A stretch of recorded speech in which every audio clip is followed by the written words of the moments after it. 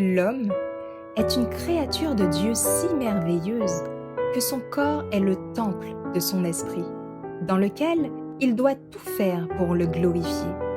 L'objectif de cette présentation est de vous aider à maintenir une bonne santé pour glorifier Dieu dans votre corps et dans votre esprit qui lui appartiennent.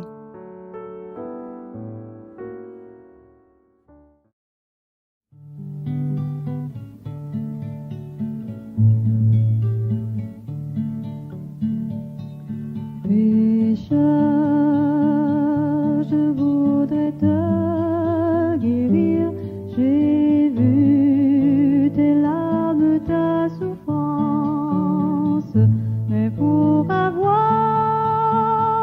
la délivrance, il faut apprendre à m'obéir.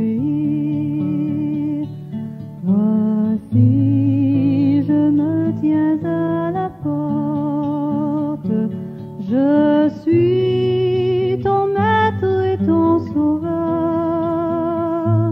La paix, le bonheur, je t'apporte. Ne veux-tu pas m'ouvrir ton cœur? Tu sais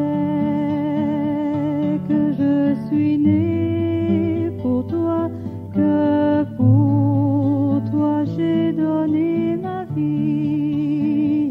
Ton cœur est-il hôtellerie, sans place même pour son roi? Souvent, année après année, chez toi j'ai frappé mais en vain. Voici le soir de la journée, ne veux-tu pas m'ouvrir enfin? N'as-tu donc pas besoin de moi quand autour de toi tout chancelle? Mais aujourd'hui, viens sous mon aile, je serai tout, oui tout pour toi. Le temps rapidement t'emporte. Pourquoi renvoyer à demain? Trop tard, un jour devant ma porte, tu frapperas peut-être en vain. Si tu n'as pas besoin de moi, écoute, obéis sans comprendre. Jusqu'à quand devrais-je attendre? Ton Seigneur a besoin de toi. Voici, je me tiens à la porte, je suis ton maître et ton sauveur. La paix, le bonheur, je t'apporte. Ne veux-tu pas m'ouvrir ton cœur? Pour commencer, nous allons prier. Père éternel, permets que ce moment que nous allons avoir puisse se dérouler pour ta gloire et selon ta volonté. Aide-nous, Père, à retenir ce que nous allons voir ensemble. Nous avons besoin de ta présence, Père, car sans ton aide, nous ne pouvons rien faire de bon. Et nous t'avons prié au nom de Jésus. et pour ta gloire. Amen. Alors, maintenant, nous allons vous rappeler les 2 versets de base de ce moment. En premier lieu, Psaume 119, versets 9 à 11, puis 3 Jean 2. Psaume 119, versets 9 à 11. Comment le jeune homme rendra-t-il pure sa voie? C'est en y prenant garde selon ta parole. Je te cherche de tout mon cœur, ne me laisse pas égarer loin de tes commandements. J'ai serré ta parole dans mon cœur, afin de ne pas pécher contre toi. Amen. 3 Jean 2. Bien-aimé, je souhaite que tu prospères à tous égards et sois en bonne santé, comme prospère l'état de ton âme. Amen. Anatomie et physiologie, chapitre 44. Anatomie et physiologie du rein. Partie 1. Emplacement des reins.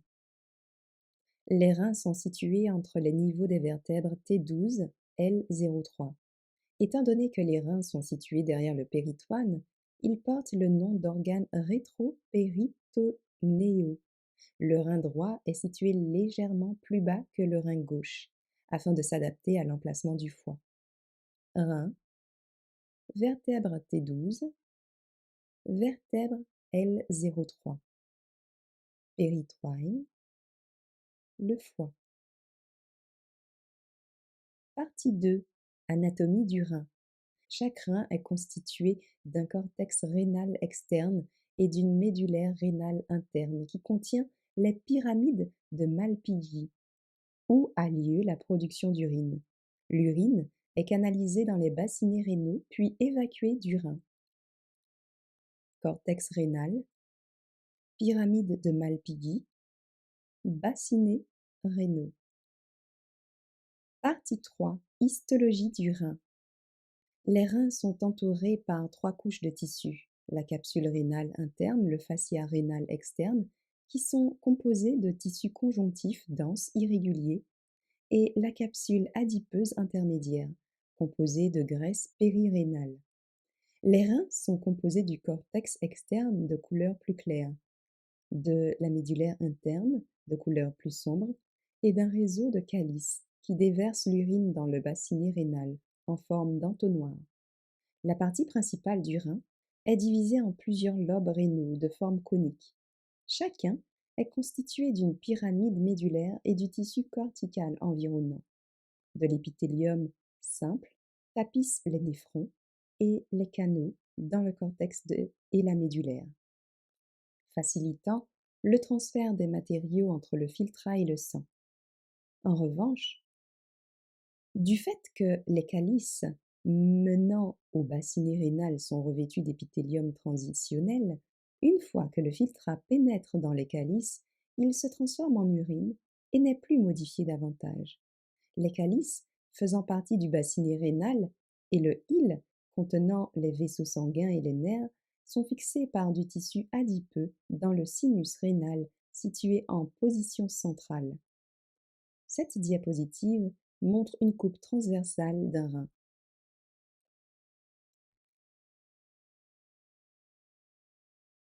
S'étirant depuis la capsule rénale, le cortex rénal mou et granuleux dessine un arc au-dessus des bases des pyramides de Malpighi et plonge entre elles, formant ainsi des colonnes rénales composées de vaisseaux sanguins et de matériel fibreux. Le cortex contient des corpuscules rénaux où a lieu la filtration sanguine, et la majeure partie des tubules rénaux par lesquels s'achemine le filtrat, sauf pour les parties de l'anse de Henle qui prolongent dans la médullaire. Les corpuscules rénaux et les tubules rénaux sont tapissés d'épithélium simple qui facilite la réabsorption de l'eau et la sécrétion des déchets. Depuis les tubules rénaux, le filtrat s'écoule dans un canal collecteur qui s'étire depuis le cortex jusque dans la médullaire. Cette diapositive montre des corpuscules et des tubules rénaux dans le cortex rénal. Partie 3. Histologie du rein. La médullaire rénale se compose d'une série de masses coniques striées de tubules portant le nom de pyramide de Malpighi. Leur large base fait face au cortex rénal. Les pyramides se resserrent en un apex extrémité portant le nom de papille. Au fur et à mesure qu'elles convergent vers le bassinet rénal, le filtrat produit par les corpuscules rénaux corticaux passe à travers les tubules rénaux, ce qui comprend les anses de Henle, plonge dans la médulaire. Depuis les tubules rénaux, le filtrat est acheminé via les canaux collecteurs et les canaux capillaires en direction des calices mineurs et majeurs. Les tubules et les canaux sont tapissés d'épithélium simple qui facilite la réabsorption de l'eau et la sécrétion des déchets. Cette diapositive montre des canaux collecteurs, des tubes couronnés distaux et les segments minces des anses de Henle dans la médulaire rénale. Partie 4. Alimentation sanguine à destination des reins. Chaque rein est alimenté en sang par l'artère rénale, qui se ramifie en de minuscules capillaires interagissant avec les structures urinaires. C'est à cet endroit que le plasma sanguin est filtré afin de créer l'urine. Le sang quitte le rein par la veine rénale. Rein, artère rénale, veine rénale. Partie 5. Circulation sanguine à travers le néphron. Les néphrons sont de minuscules structures dans les reins. Ils traitent le plasma sanguin afin de créer l'urine. Le sang pénètre dans chaque rein par l'artère rénale qui se ramifie en artériole au sein de l'organe.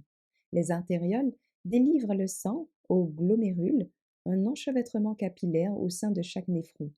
C'est à cet endroit que le sang est filtré. Le sang filtré quitte ensuite le glomérule et se déplace dans les capillaires entourant les néphrons, puis dans les veines. Il quitte le rein par la veine rénale. Partie 6. Structure du néphron. Les néphrons sont de minuscules structures dans les reins. Ils traitent le plasma sanguin afin de créer l'urine. Depuis les capillaires, le sang est filtré à travers la capsule glomérulaire et rejoint le tubule rénal. Le tubule rénal possède 3 sections. Le tube couronné proximal, l'anse de Henle ou anse du néphron, et le tube couronné distal.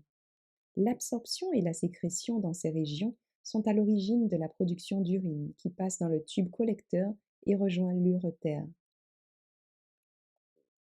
Partie 7. Histologie d'un néphron. Les néphrons, principale unité fonctionnelle du rein, sont composés de tubules et de corpuscules rénaux. Chaque corpuscule rénal est constitué d'un réseau de capillaires portant le nom de glomérule entouré par la capsule glomérulaire. Cette dernière comporte l'épithélium squameux simple. Le sang provenant du glomérule est filtré à travers la membrane glomérulaire, produisant un filtrat qui se déplace dans un tubule rénal. Chaque tubule rénal est constitué des tubes couronnés proximal et distal et d'une anse de Henle, avec une branche ascendante et une branche descendante. Les tubules sont tapissés d'épithélium simple qui facilite la réabsorption de l'eau, des solutés et la sécrétion des déchets.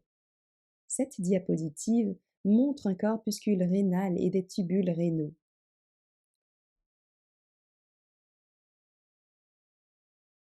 Un corpuscule rénal est constitué d'un glomérule, réseau de capillaires denses, ramifiés et sphériques, lui-même entouré de la capsule de Bowman, ou capsule glomérulaire. Le revêtement endothélial poreux et la forte pression hydrostatique du glomérule entraînent la filtration de l'eau et des solutés plasmatiques depuis le sang vers la capsule glomérulaire. La capsule glomérulaire est composée des couches pariétales et viscérales. Ces 2 couches sont séparées par un espace qui collecte le filtrat constitué d'épithélium squameux simple. La couche pariétale externe permet d'entretenir la structure de la capsule.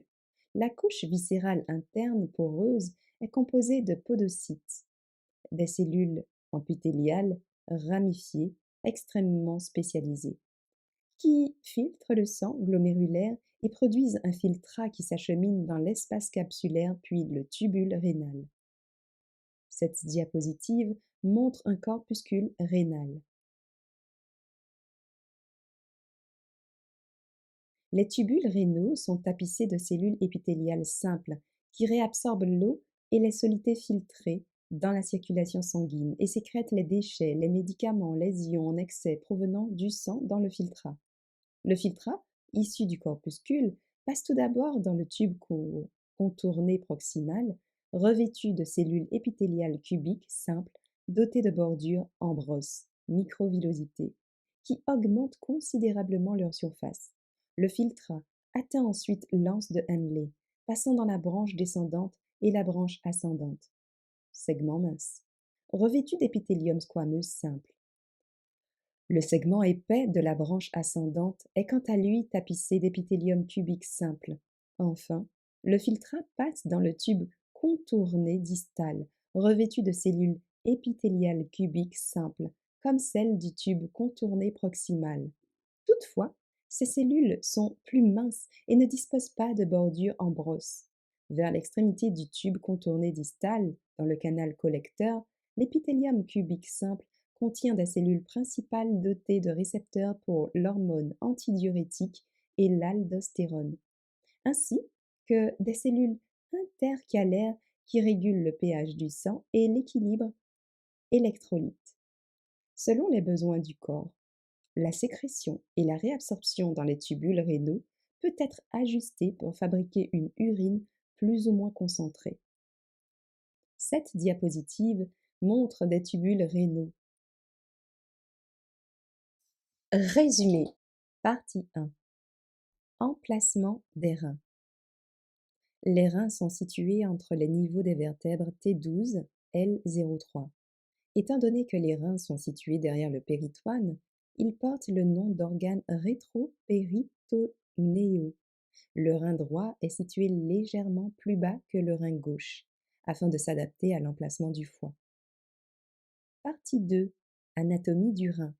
Chaque rein est constitué d'un cortex rénal externe et d'une médullaire rénale interne qui contient les pyramides de Malpighi, où a lieu la production d'urine. L'urine est canalisée dans les bassinets rénaux puis évacuée du rein. Partie 3. Histologie du rein. Les reins sont entourés par 3 couches de tissus, la capsule rénale interne, le fascia rénal externe, qui sont composés de tissus conjonctifs denses irréguliers, et la capsule adipeuse intermédiaire, composée de graisse périrénale. Les reins sont composés du cortex externe de couleur plus claire, de la médullaire interne de couleur plus sombre et d'un réseau de calices qui déverse l'urine dans le bassinet rénal en forme d'entonnoir. S'étirant depuis la capsule rénale, le cortex rénal mou et granuleux dessine un arc au-dessus des bases des pyramides de Malpighi et plonge entre elles, formant ainsi des colonnes rénales composées de vaisseaux sanguins et de matériel fibreux. Les corpuscules rénaux et les tubules rénaux sont tapissés d'épithélium simple qui facilite la réabsorption de l'eau et la sécrétion des déchets. La médullaire rénale se compose d'une série de masses coniques striées de tubules portant le nom de pyramides de Malpighi. Leur large base fait face au cortex rénal. Les pyramides se resserrent en un apex extrémité portant le nom de papille. Au fur et à mesure qu'elles convergent vers le bassinet rénal. Partie 4. Alimentation sanguine à destination des reins. Chaque rein est alimenté en sang par l'artère rénale, qui se ramifie en de minuscules capillaires interagissant avec les structures urinaires. C'est à cet endroit que le plasma sanguin est filtré afin de créer l'urine. Le sang quitte le rein par la veine rénale. Partie 5. Circulation sanguine à travers le néphron. Le sang pénètre dans chaque rein par l'artère rénale qui se ramifie en artérioles au sein de l'organe. Les artérioles délivrent le sang aux glomérules, un enchevêtrement capillaire au sein de chaque néphron. C'est à cet endroit que le sang est filtré. Le sang filtré quitte ensuite le glomérule et se déplace dans les capillaires entourant les néphrons, puis dans les veines. Il quitte le rein par la veine rénale. Partie 6. Structure du néphron. Les néphrons sont de minuscules structures dans les reins. Ils traitent le plasma sanguin afin de créer l'urine. Partie 7. Histologie d'un néphron. Les néphrons, principale unité fonctionnelle du rein, sont composés de tubules et de corpuscules rénaux. Chaque corpuscule rénal est constitué d'un réseau de capillaires portant le nom de glomérule, entouré par la capsule glomérulaire. Cette dernière comporte l'épithélium squameux simple. Le sang provenant du glomérule est filtré à travers la membrane glomérulaire, produisant un filtrat qui se déplace dans un tubule rénal. Un corpuscule rénal est constitué d'un glomérule, réseau de capillaires denses, ramifiés et sphériques, lui-même entouré de la capsule de Bowman, ou capsule glomérulaire. Le revêtement endothélial poreux et la forte pression hydrostatique du glomérule entraînent la filtration de l'eau et des solutés plasmatiques depuis le sang vers la capsule glomérulaire. Les tubules rénaux sont tapissés de cellules épithéliales simples qui réabsorbent l'eau et les solutés filtrées dans la circulation sanguine et sécrètent les déchets, les médicaments, les ions en excès provenant du sang dans le filtrat. Selon les besoins du corps, la sécrétion et la réabsorption dans les tubules rénaux peut être ajustée pour fabriquer une urine plus ou moins concentrée. Si vous avez des questions concernant cette présentation, n'hésitez pas à nous les faire parvenir en écrivant à info@lerest.org. Je vous invite maintenant à vous incliner avec moi pour la prière finale. Merci Seigneur pour ce moment que nous avons passé ensemble.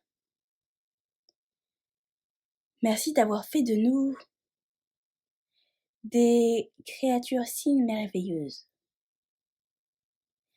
Permets-nous de prendre soin de notre corps qui est le temple de ton Saint-Esprit. Bénis-nous tous. Nous t'avons prié au nom de Jésus. Amen. Merci d'avoir écouté cette présentation avec intérêt. Pour plus d'informations, consultez notre site internet lerest.org et suivez-nous sur Facebook ainsi que sur YouTube à @lerest. Vous pouvez aussi nous contacter par email à info@lerest.org ou par téléphone au +33 6 12 60 13 69.